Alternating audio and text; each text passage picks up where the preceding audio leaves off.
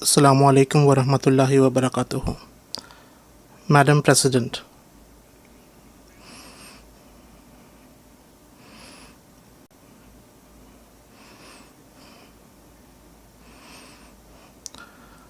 I congratulate all member states on the 80th anniversary of the UN Charter.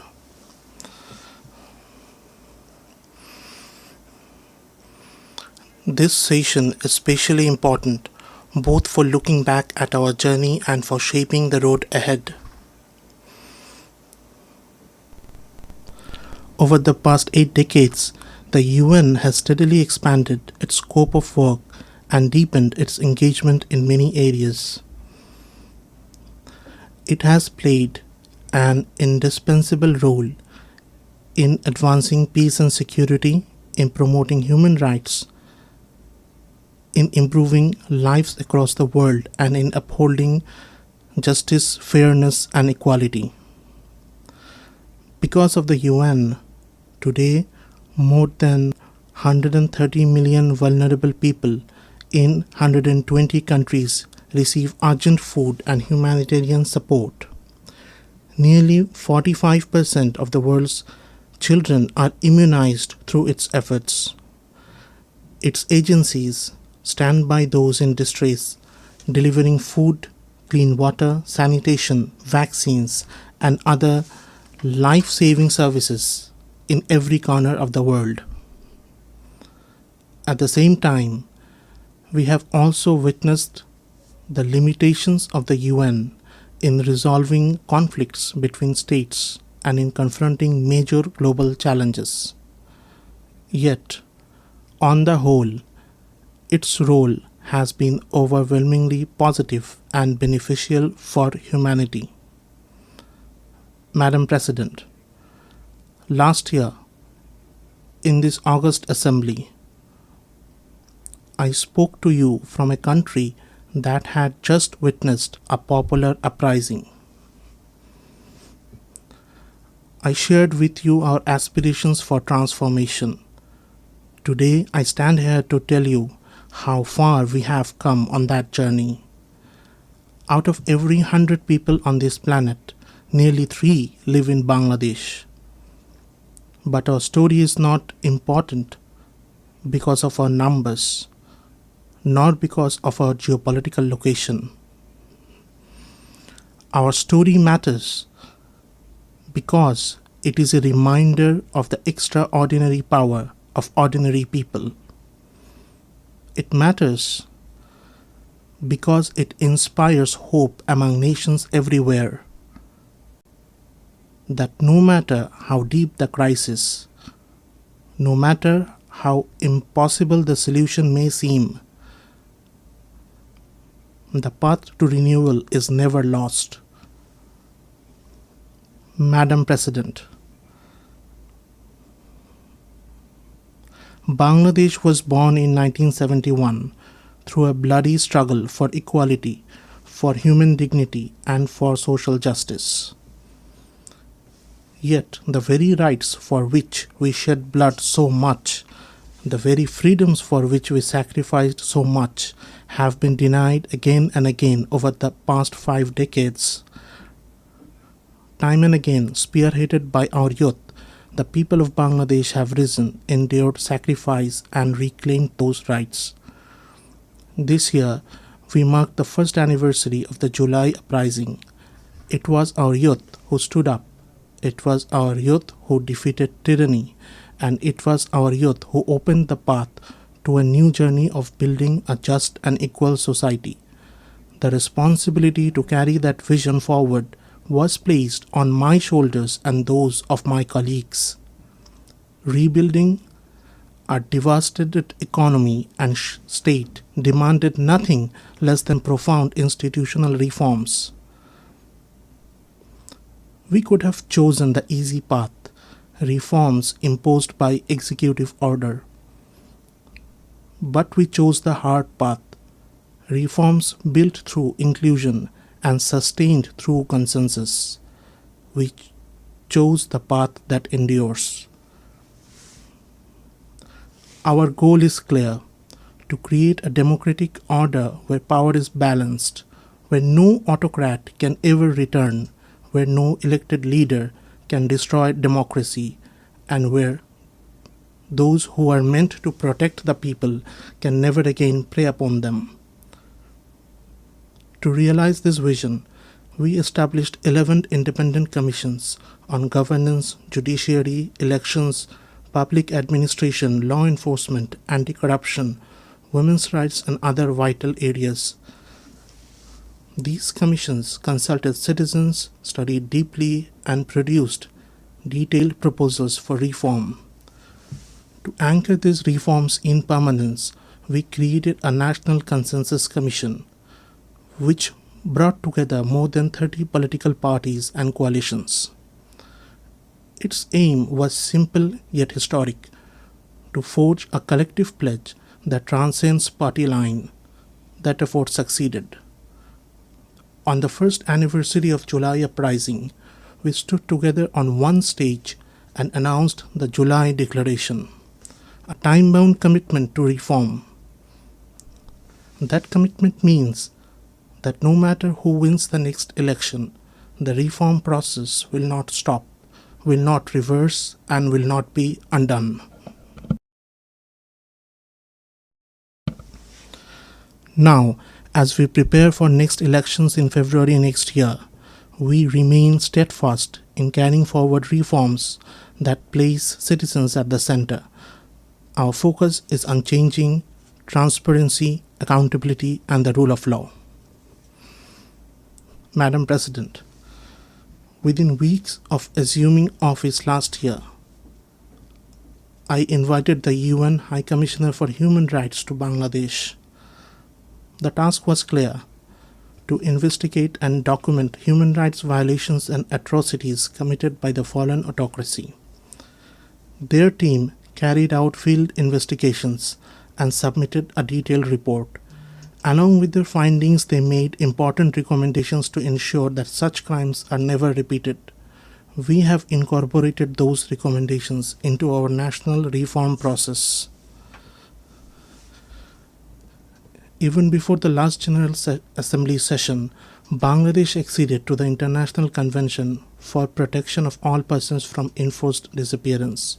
We are now drafting necessary legislation to give full effect to its provisions at the national level. This year, we joined the optional protocol to Convention Against Torture, and we are working to establish an independent national mechanism to prevent torture in line with its requirements. To strengthen our transformation from a repressive authoritarian system into a democratic order that protects human rights, we have also authorized a 3-year mission of the Office of the High Commissioner for Human Rights in Bangladesh. This mission has already begun its work, providing technical support to help us build strong and lasting safeguards. All these steps and commitments reflect the aspirations of our people, and those aspirations are clear: to build a democratic, inclusive, and pluralistic society. Madam President, at the heart of our development strategy lie 3 guiding principles: good governance, social inclusion, and sustainable development. From the bitter lessons of the past decade and a half, we know this truth: without accountability, development is temporary. Without accountability, development is fragile. Infrastructure projects driven by corruption and narrow political interests not only burden the economy, they fail to serve the people.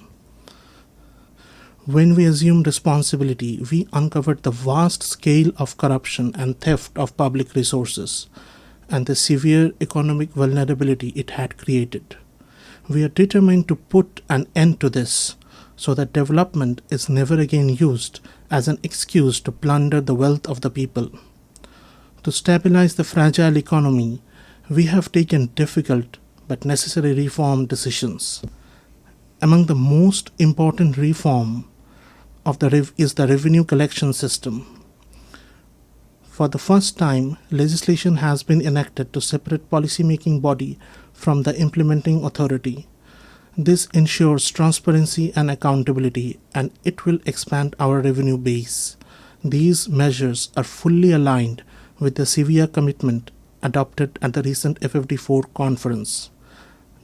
Just as Bangladesh is striving to implement reforms in line with the Sevilla commitment, we hope that the developed world will also honor their responsibilities under that collective pledge.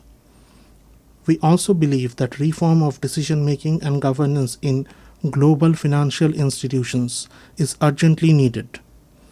Equally vital are an inclusive framework for international tax cooperation, coordinated global measures against illicit financial flows and corruption, and stronger international cooperation for the recovery of stolen and illicit assets.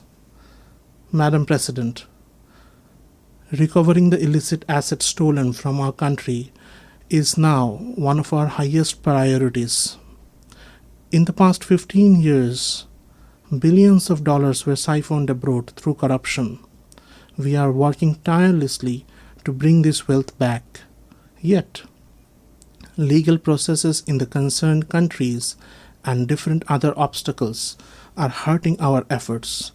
Without sincere political commitment from the countries concerned, we will not be able to recover these assets.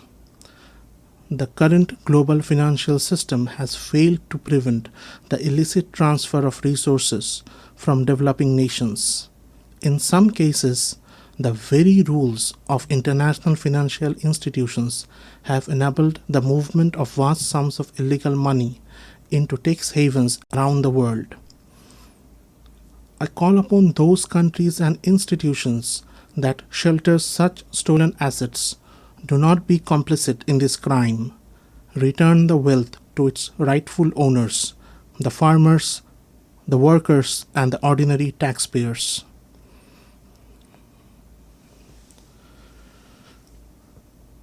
I propose the adoption and enforcement of strong international regulations to prevent the plunder of resources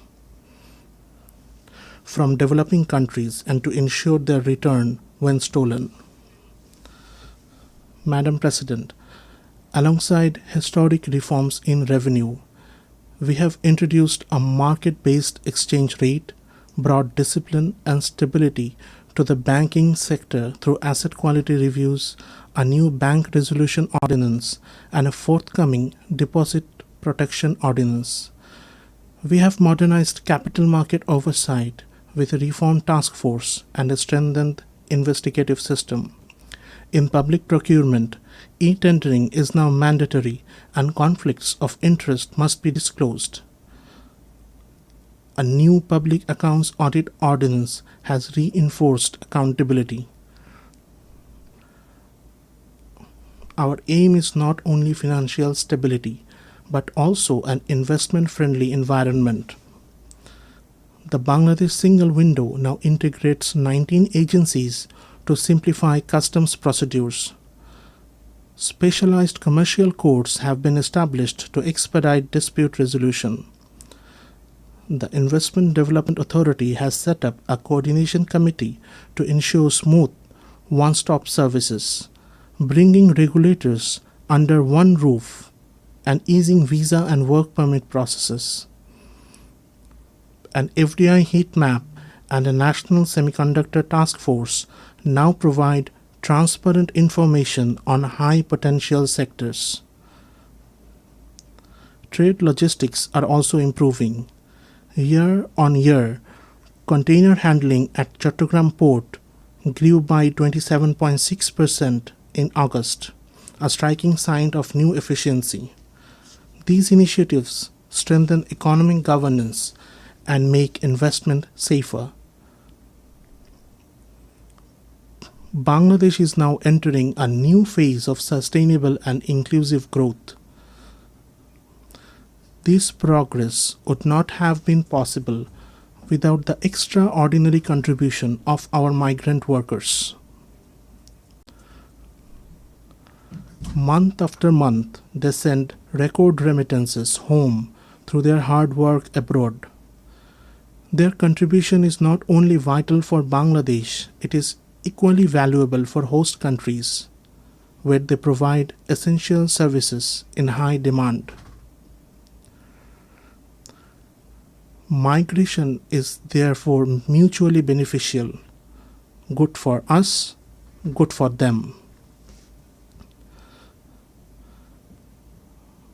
We are also advancing human labor rights reforms in line with our commitments.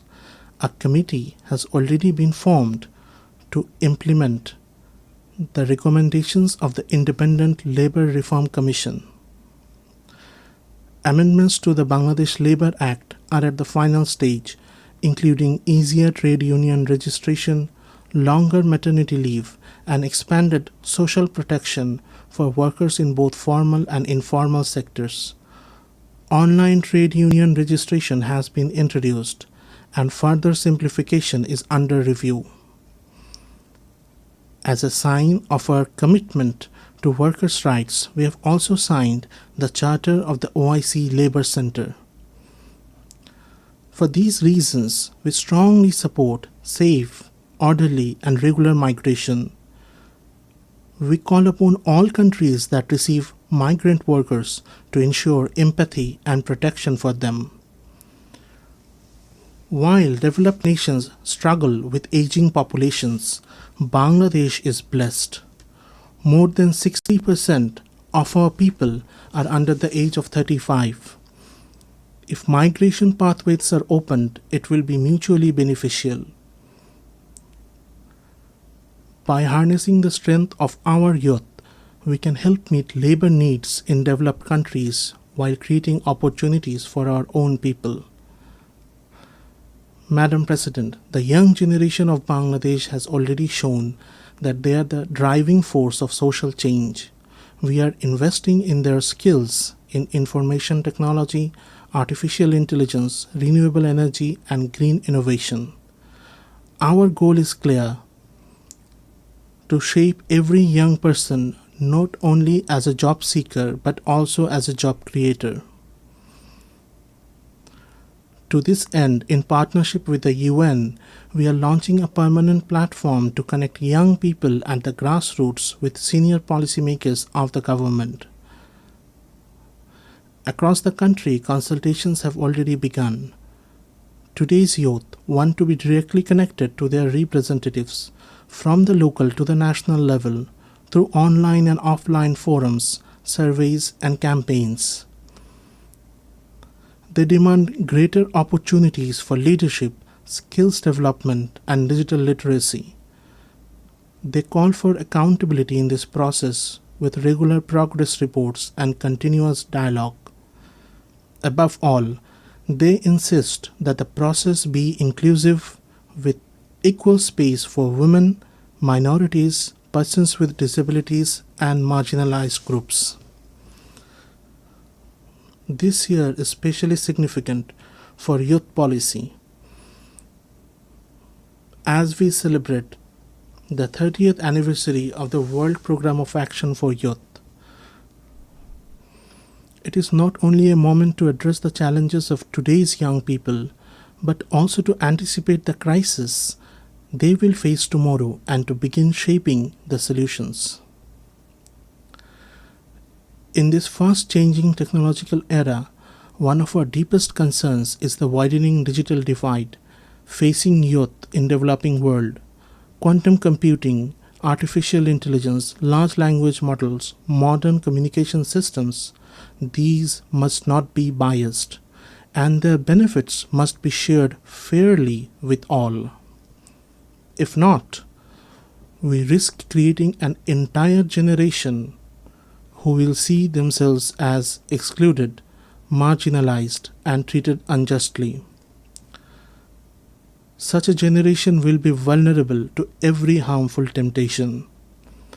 We believe that to shield young people from this risk and to spread the benefits of technology to all, technological innovation alone is not enough. We also need social innovation. Almost half a century ago, we introduced the idea of microcredit. It was then a radical experiment against conventional wisdom. Today, it is a globally recognized tool that has lifted millions out of poverty. In the US, for example, Grameen America has disbursed more than $6.2 billion till date to low-income women entrepreneurs with repayment rates close to 100%. Today in Bangladesh and across the world, we are advancing the idea of social business. It is a form of business where profits are entirely reinvested for social good. Social business has shown that the entrepreneurial spirit of every human being can be harnessed for the welfare of society and the solving of social problems. This gives humanity a creative method to address every challenge, whether environmental degradation, concentration of wealth, healthcare, unemployment, or poverty. It is a path that can be applied and sustained everywhere. Madam President, in confronting the climate crisis, the goal of limiting global temperature rise to 1.5 degrees Celsius has already slipped beyond our grasp. The annual pledge of $100 billion in climate finance has not been met.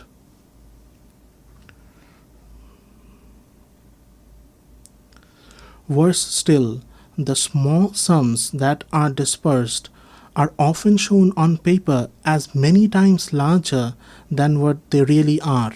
This is unacceptable. For the sake of our children's future, we must act now. The Loss and Damage Fund must be made fully operational. Efforts to mitigate climate change must be intensified, but adaptation must be given equal priority. And adaptation must be locally determined, locally led, and locally managed. Bangladesh has already embraced locally led adaptation as a guiding principle. At the upcoming COP30 conference, we will announce our third nationally determined contributions, which will include both mitigation targets and adaptation actions, with special emphasis on protecting mangrove forests and restoring wetlands.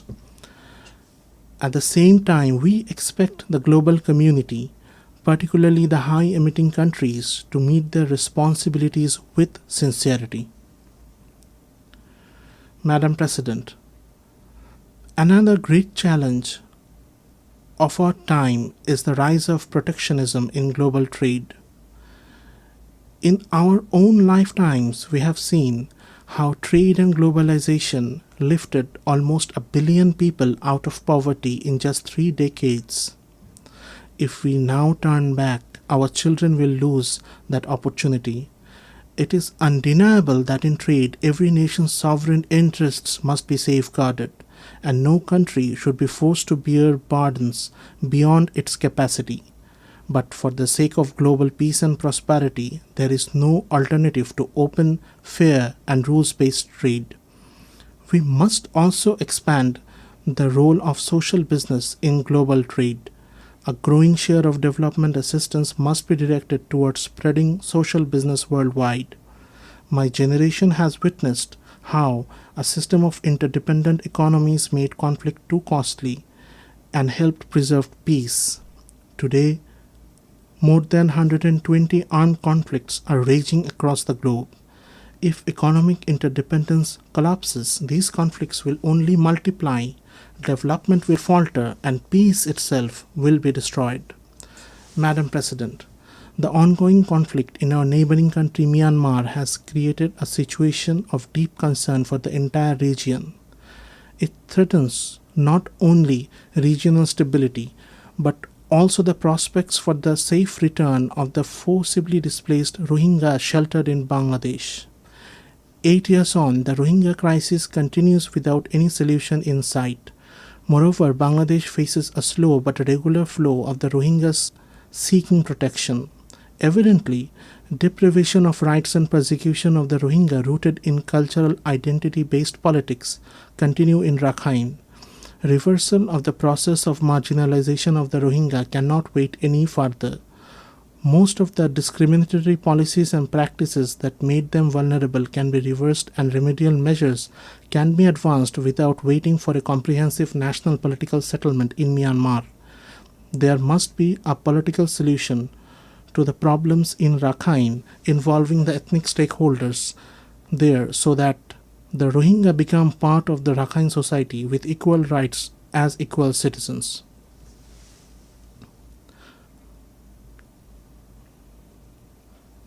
Towards this end, a sustainable repatriation in safety and security must lead the process for restoration of their rights and their ultimate reintegration with dignity. Bangladesh has been drawn into this crisis as the second victim after the persecuted Rohingya. Yet, we must remember that the Rohingya crisis is not a bilateral issue with Myanmar. Bangladesh has been realizing its part of obligation as a responsible neighbor and a committed member of the international community. But our collective goal of maintaining a minimum standard of living in the camps face a situation of potential collapse given the funding crunch. The World Food Programme warns of a critical funding shortfall for its emergency response. Without urgent new funding, monthly ration may have to be halved to a paltry $6 per person, pushing the Rohingya deeper into hunger, accentuating their malnutrition, and forcing them to resort to desperate measures. Further cuts will no doubt intensify protection and security risks, transcending much beyond the camps. Hence, I call upon existing donors and to come forward with enhanced contribution and potential donors to make announcements of generous contribution to prevent this catastrophic situation. The international community, beyond new and enhanced funding for humanitarian assistance, must apply pressure on Myanmar or the non-state actor in Rakhine to bring positive changes there and to seek political solutions urgently. The neighboring countries must assume their responsibilities. Bangladesh will remain available for any assistance or contribution needed towards stabilization of Rakhine that the international community collectively agrees. Bangladesh expects that the upcoming high-level conference on 30 September will galvanize global resolve and generate concrete international support for the Rohingya, with the topmost priority of diversified and additional funding. Parallelly, it must agree on a process with time-bound deliverables as part of a globally accepted roadmap towards seeking permanent solutions to the Rohingya crisis. Madam President, this year, conflicts have scarred almost every corner of the globe, in Europe, in South Asia, and in the Middle East. We live in the most densely populated region of the world. Nowhere else do so many nuclear-armed states exist in such close proximity. That is why we in Bangladesh deeply understand the urgency of disarmament and the prevention of nuclear proliferation. We call for the revival of global arms control treaties that have grown weaker with time.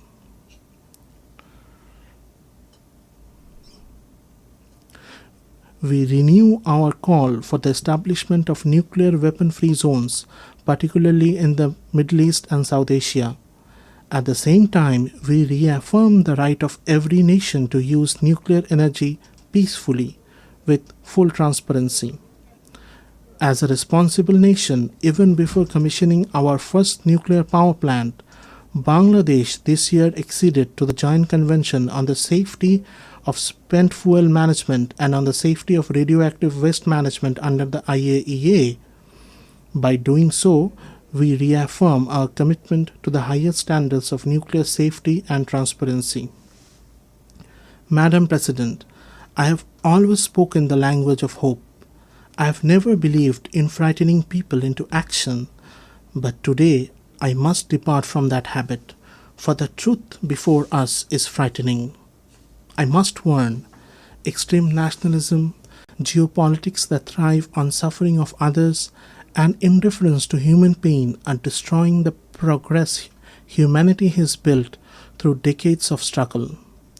Nowhere is this strategy tragedy more visible than in Gaza.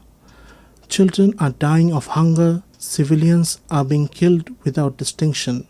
Entire neighborhoods, including hospitals and schools, are being wiped from the map. We do agree with the UN Independent International Inquiry Commission that we are witnessing a genocide happening live. Unfortunately, on behalf of the humanity, we are not doing enough to stop it. If this continues, neither future generations nor history will forgive us. On behalf of the people of Bangladesh and of conscientious citizens across the world, I once again make a strong appeal. The two-state solution must be implemented now through the establishment of an independent state of Palestine with East Jerusalem as its capital. Only on the basis of the pre-1967 borders, with Israel and Palestine living side by side in peace, can justice be done. Madam President, in Bangladesh, we believe that we must build a culture of peace, one that rests on the values of tolerance, non-violence, dialogue, and cooperation at every level of society. For more than 3.5 decades, Bangladesh has stood among the leading contributors of UN peacekeepers. This is living proof of our enduring commitment to global peace and security. Even today, nearly 6,000 Bangladeshi peacekeepers are serving in some of the world's most volatile regions under the UN flag. And 168 of our peacekeepers have made the ultimate sacrifice in line of duty. Research has consistently shown that UN peacekeeping missions are more sustainable and effective than unilateral interventions. We therefore call for clear and achievable mandates and adequate funding for peacekeeping operations. We must also give the highest priority to the safety of peacekeepers and ensure accountability for crimes committed against them. Bangladesh also actively promotes multilingualism, both at home and internationally, because we believe that linguistic and cultural diversity deepens mutual understanding. In the 21st century, there is no place for hatred, intolerance, racism, xenophobia, or Islamophobia in any society. Yet today, disinformation and hate speech have become matters of grave concern. In the aftermath of the last year's popular uprising in Bangladesh, certain vested groups deliberately spread false narratives, and such disinformation continues even now. The problem has been compounded by the deliberate use of fake news and artificial intelligence-driven deepfakes, which make the situation even more dangerous. We must work together to confront these distortions before they erode trust among people and weaken the bonds of social harmony. Madam President, one of our top priorities is the empowerment of women. In the words of our national poet Qazi Nazrul Islam, whatever in this world is great, whatever is good and everlasting, half of it has been created by women and the other half by men. In reality, in many important fields today, the contribution of women is greater than half. This month, for the first time, Bangladesh published the Unpaid Household Production Satellite Account. It shows that women perform more than 85% of unpaid care and household work, with a value equivalent to over 16% of our GDP.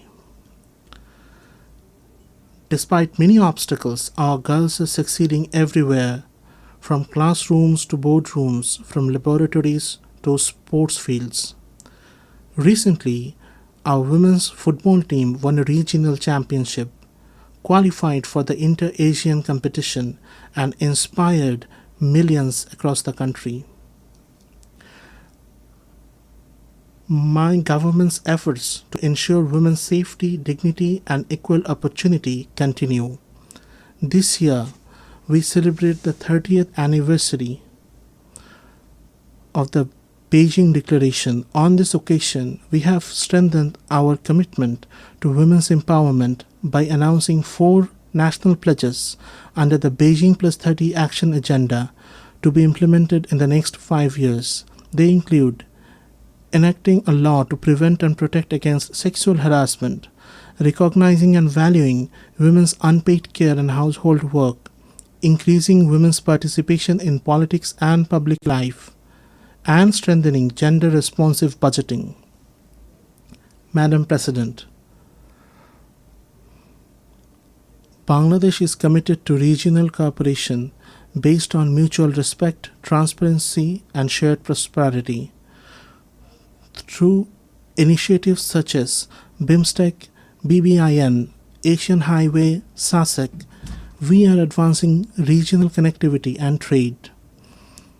At the same time, we have expressed interest in joining effective regional forums like ASEAN, and we are working toward that goal.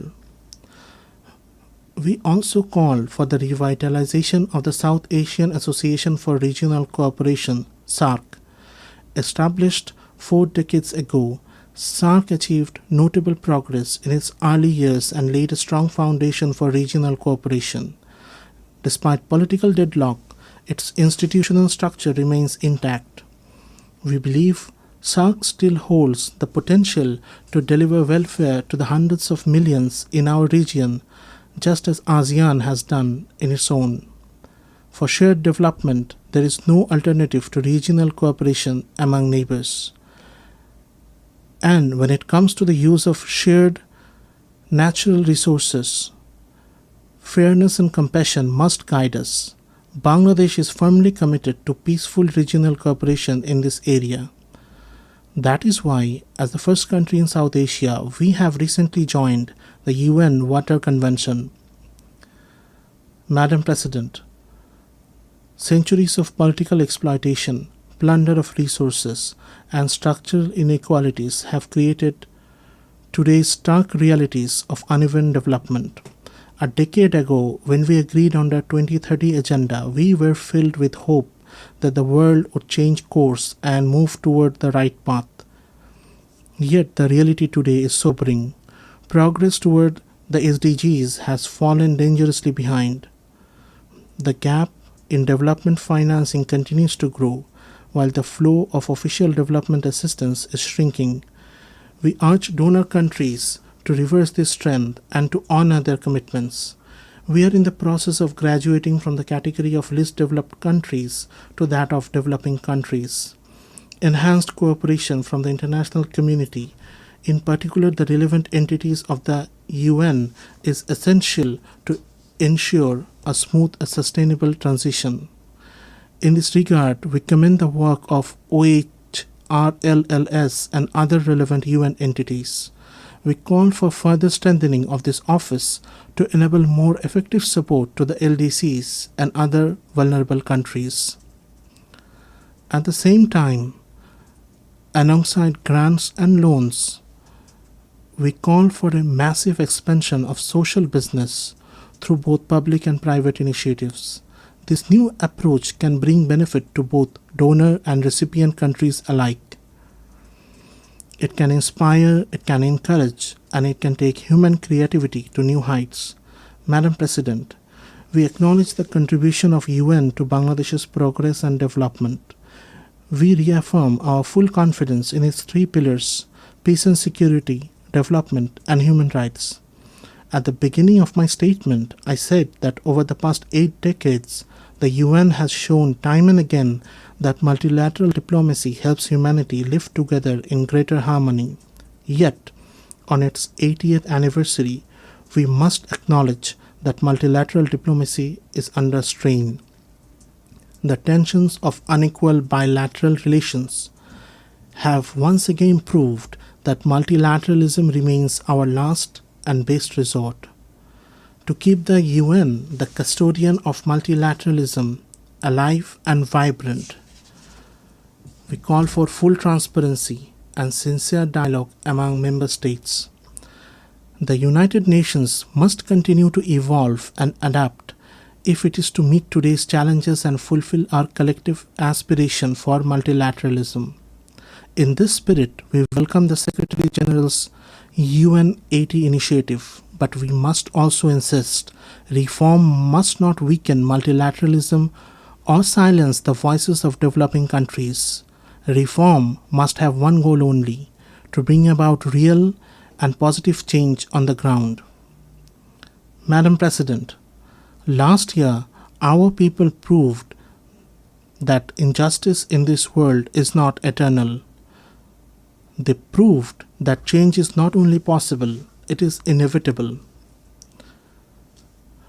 We must remember that the challenges ahead cannot be met by any single country alone.